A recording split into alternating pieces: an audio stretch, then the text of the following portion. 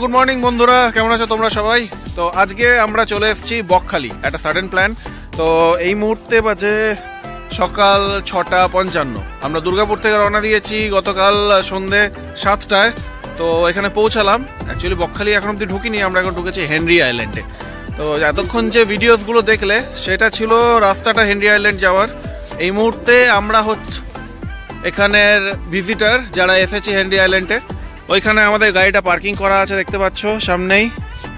And আমার পেছন দিক দিয়ে রাস্তাটা যাওয়ার। তো আমরা সব এখান থেকে রওনা দিচ্ছি। তোমরা দেখো, দেখতে থাকো, ভিউজগুলো এনজয় করো।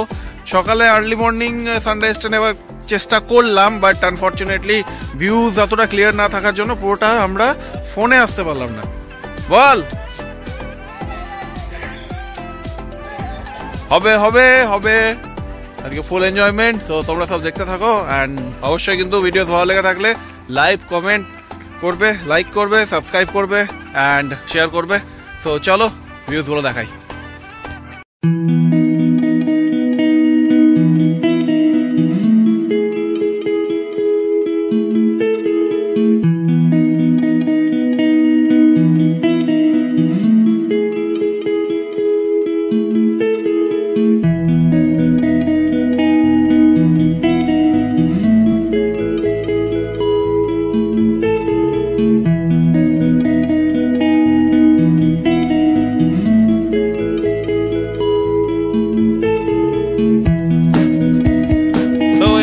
হেনরি আইল্যান্ড, এটা হচ্ছে এন্ট্রান্সটা। খুবই সুন্দর একটা গাছগুলো আর কি একে অপরকে ঘিরে বিউটিফুল একটা পজিশন করেছে। আর এই যে বাহ, চূড়ান্ত এক্সাইটমেন্ট।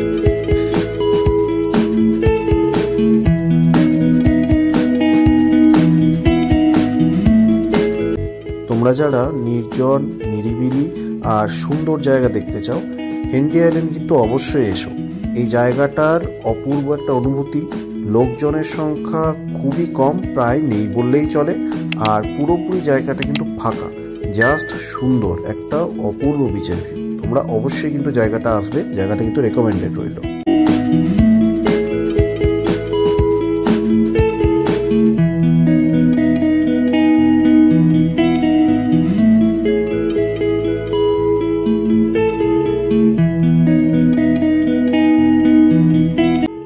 এই মুহূর্তে আমরা দাঁড়িয়ে আছি ফ্রেজারগঞ্জ বিচের সামনে। বিচটা সম্পূর্ণরূপে কাজ চলছে, রেনোভেশন চলছে। তো সুতরাং এই বিচটা ঘোরার মতো তেমন কিছু আর অ্যাডিশনালি পেলাম না। তো কিছুটা সময় এখানে কাটিয়ে আমরা ফেরত চলে এলাম আমাদের হোটেলে, এবং তারপর আমরা রওনা দিলাম আরও আদার্স যে বকখালি বিচ আছে তাদের উদ্দেশ্যে।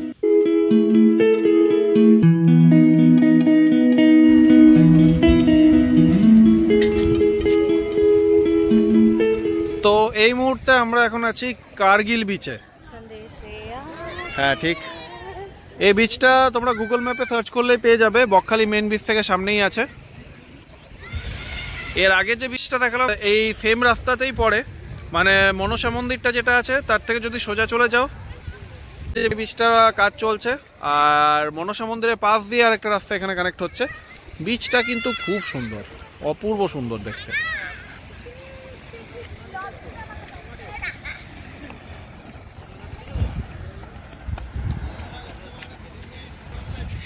এখানে অনেক খাবার দোকানও তোমরা পেয়ে যাবে।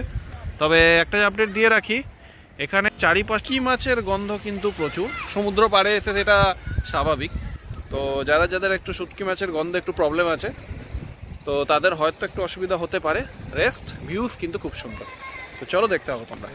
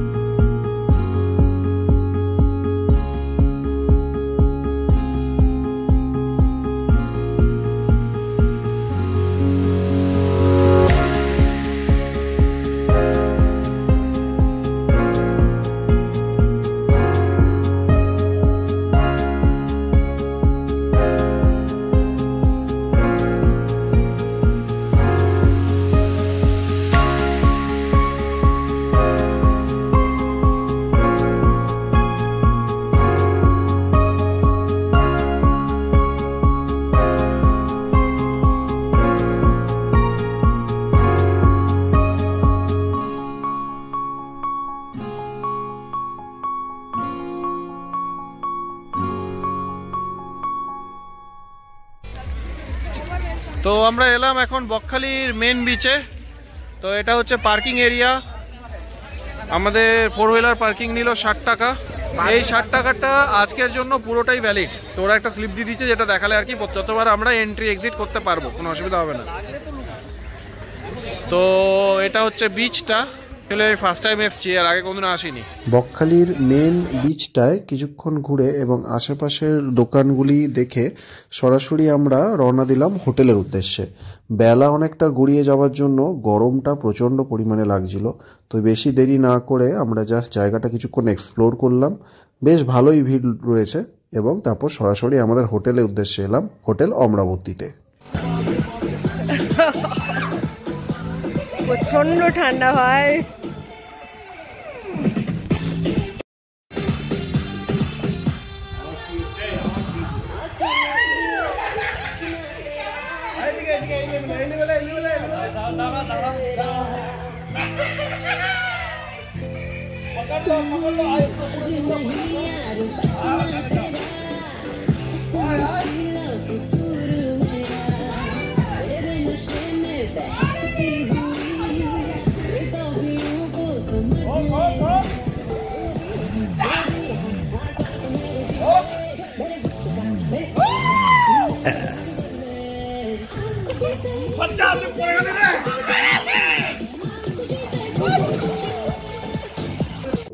বিকেলবেলায় সময়টা আমাদের বেশ ভালোই কাটলো আমুদি মাছ ভাজা, কাঁকড়া এবং অন্যান্য আলাদা সি ফুড খেয়ে।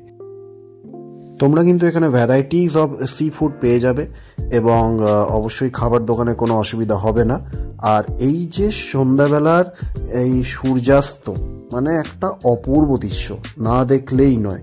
জাস্ট এটা একটা লাইফ টাইম অ্যাচিভমেন্ট থেকে কম কিন্তু কিছু নয়। তো জাস্ট ভিউজগুলো তোমরা দেখো আর এনজয় করো।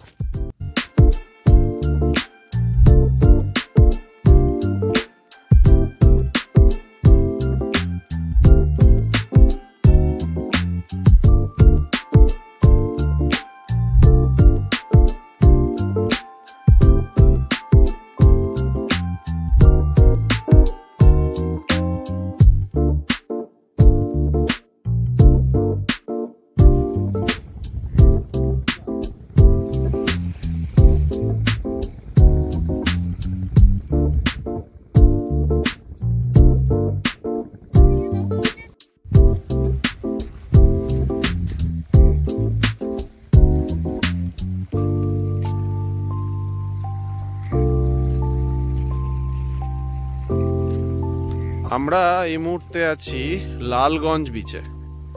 আজকে আমাদের বকখালিতে 2য় নম্বর দিন। বিচ ভিজিট করে আজকে আমরা রওনা দেব দুর্গাপুরের উদ্দেশ্যে। ব্যাপারটা হলো যে পৌঁছানোর যে রাস্তাটা, সেটা একদম গ্রামের মধ্যে দিয়ে। গুগল ফলো করে যদি আসছো, রেকমেন্ডেড ফ্রেজারগঞ্জ দিয়ে দেখায়, সেই রাস্তাটা কিন্তু খুব ন্যারো, খুব ছোট রাস্তা। আর এই যে দেখতে পাচ্ছ রাস্তার কন্ডিশনটা ভালো, নো ডাউট, বাট খুব ন্যারো রাস্তা। তো তো আমরা এত দূর আসতে পেরেছি, তো চলো বিচটাকে এনজয় করি। তোমরা এনজয় করো ভিউজগুলো।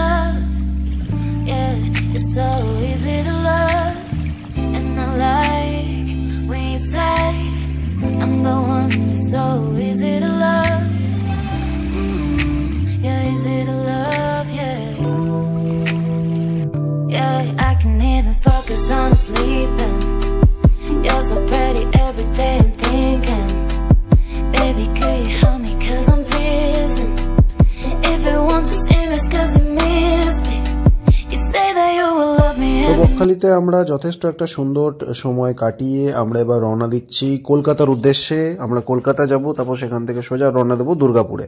তো এটা হচ্ছে ব্রিজটা যেটা বকখালি পারাপার হওয়ার জন্য মেন যাওয়ার জন্য এটা কানেক্টিভিটি করে দেওয়া হয়েছে। আগে এটা এখান থেকে জেটিতে করে বের হতে হতো, কিন্তু এর ব্রিজটা হয়ে যাওয়ার পর খুবই সুবিধা হয়েছে।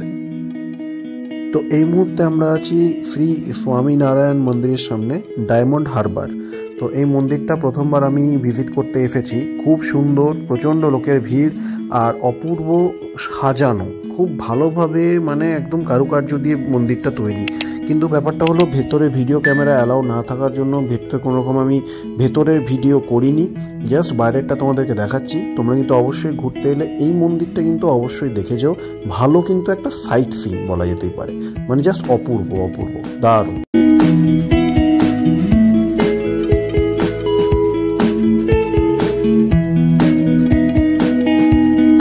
এই মন্দিরের ঠিক পাশেই রয়েছে একটি ক্যান্টিনের সুবিধা। এখানে ভেজ খাবার দাবার পাওয়া যায়, রিজনেবল রেটে কিন্তু পাওয়া যায় এবং খাবার কোয়ালিটি খুবই ভালো। আমরা এখানে সব খাওয়া দাওয়া কমপ্লিট করে নিলাম, যেহেতু খাবার আর অল্টারনেটিভ কোনো টাইম পেলাম না বলে। তো বেশ ভালোই লাগলো, ভালোই এনজয় করলাম। আর এটা হচ্ছে রাতের বেলাকার ভিউ শ্রী স্বামীনারায়ণ মন্দিরের। তোমরা কিন্তু অবশ্যই এটা দেখে যেও, মানে অপূর্ব জাস্ট।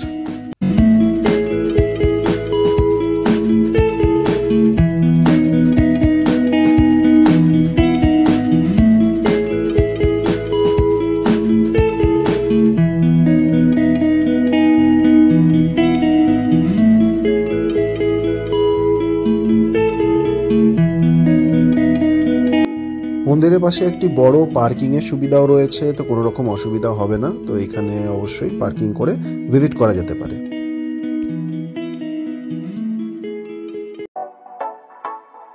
তো বন্ধুরা, যথারীতি আমাদের এই ছোট্ট ট্যুরটা কমপ্লিট করে আমরা বাড়ির উদ্দেশ্যে রওনা দিলাম। তো তোমাদের কীরকম লাগলো এই ভিডিওটা অবশ্যই তোমরা কিন্তু আমাদেরকে জানিও। ভিডিও ভালো লেগে থাকলে অবশ্যই লাইক করবে, কমেন্ট করবে, সাবস্ক্রাইব করবে এবং শেয়ার তো অবশ্যই করবে। তো ভিডিওটা দেখার জন্য অসংখ্য ধন্যবাদ তোমাদেরকে। দেখা হচ্ছে পরবর্তী নতুন জায়গায় নতুন আপডেটের সঙ্গে। তো টিল দেন সবাইকে টাটা।